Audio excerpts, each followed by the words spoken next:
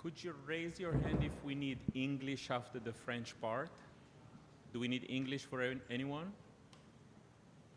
On fait seulement en français? OK. Allons-y. Félix, Oui.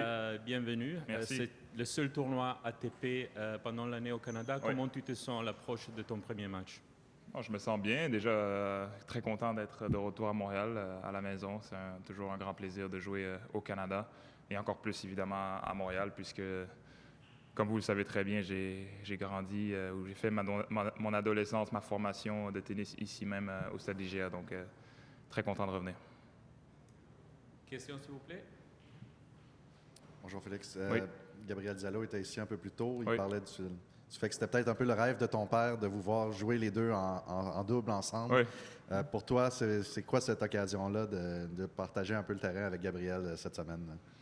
Ah, je peux pas parler pour mon père, mais je peux parler pour moi en tout cas. Puis je peux dire que c'est un rêve d'enfant qui se réalise pour nous, puisque on se connaît depuis longtemps. Avec les années, on s'est rapprochés aussi, puisque je pense qu'on a une vision assez similaire de notre sport, de la vie en général. Puis c'est devenu, avec les années, quelqu'un de très proche pour moi. Puis on est des amis vraiment en dehors du tennis aussi. Donc on passe beaucoup de bons moments ensemble tout au cours de l'année.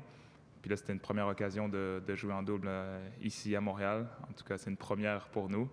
Puis une première en plus ici à Montréal. Donc ça va être un moment aussi spécial, en plus du tournoi de simple pour nous deux, d'avoir cette chance de jouer en double. Puis c'est une belle occasion aussi de jouer ensemble avant de potentiellement jouer aussi ensemble à la Coupe Davis à Québec. Donc je pense qu'on va avoir quelques bons moments pour jouer devant nos fans cette année au Canada.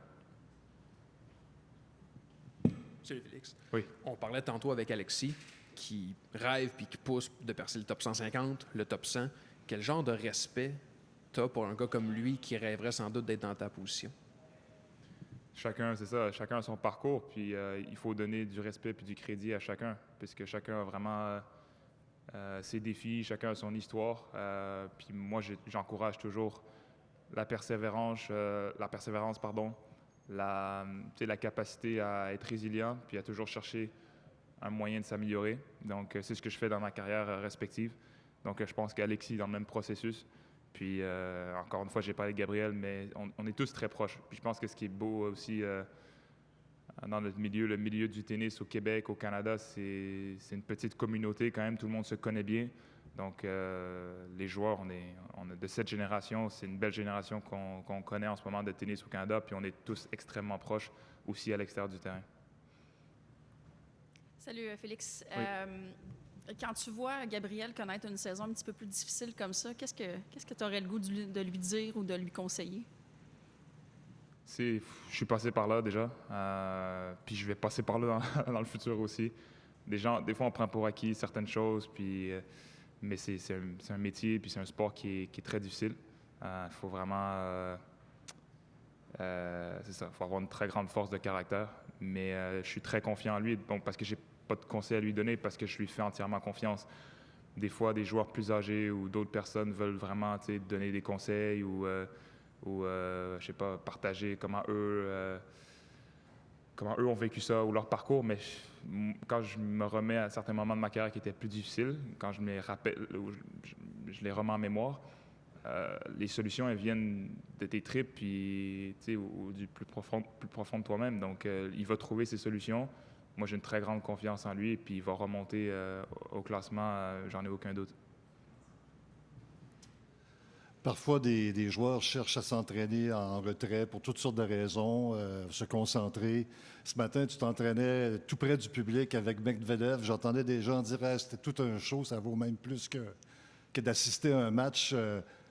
Toi, tu voulais t'imprégner de cette sensation-là autour de toi, là? En fait, j'ai pas trop le choix, pour être honnête.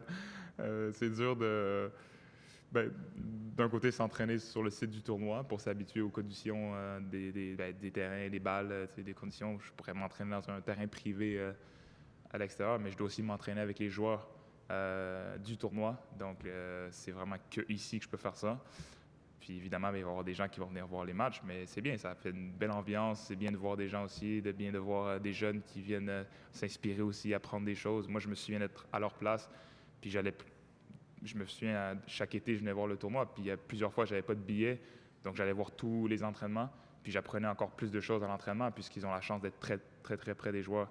Donc, c'est une belle occasion, je pense, pour les fans de tennis, pour les familles qui viennent la fin de semaine avant le tournoi, de découvrir le tennis sous un nouveau angle. Puis, je pense que ça les impressionne aussi de nous voir d'aussi près. En tout cas, c'est un bon moment pour les joueurs puis pour les fans.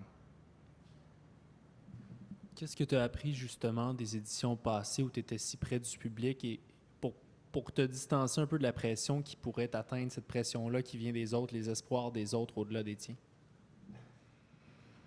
Bien, déjà, j'essaie de le voir comme quelque chose de positif. Je pense que c'est déjà un état d'esprit à avoir. De ne pas le voir comme une pression supplémentaire ou de sentir que je porte l'espoir de qui que ce soit. Parce que déjà, mes attentes ou mes espoirs sont au même niveau que le public. Donc déjà, il n'y a pas de décalage à ce niveau-là. Puis en même temps, oui, j'ai mon travail à faire. J'ai ma préparation, j'ai mes routines. Donc tout ça ne change pas. J'essaie de changer le moins de choses possible. Même si je joue à Montréal, oui, je suis un peu plus en demande, évidemment, que d'autres tournois. Mais j'essaie de garder mes routines. Donc déjà, ça aide. Le cerveau, il est habitué à avoir ses routines. Puis ça aide à bien se programmer ou bien se préparer pour le tournoi. D'autres questions? OK, merci. Merci.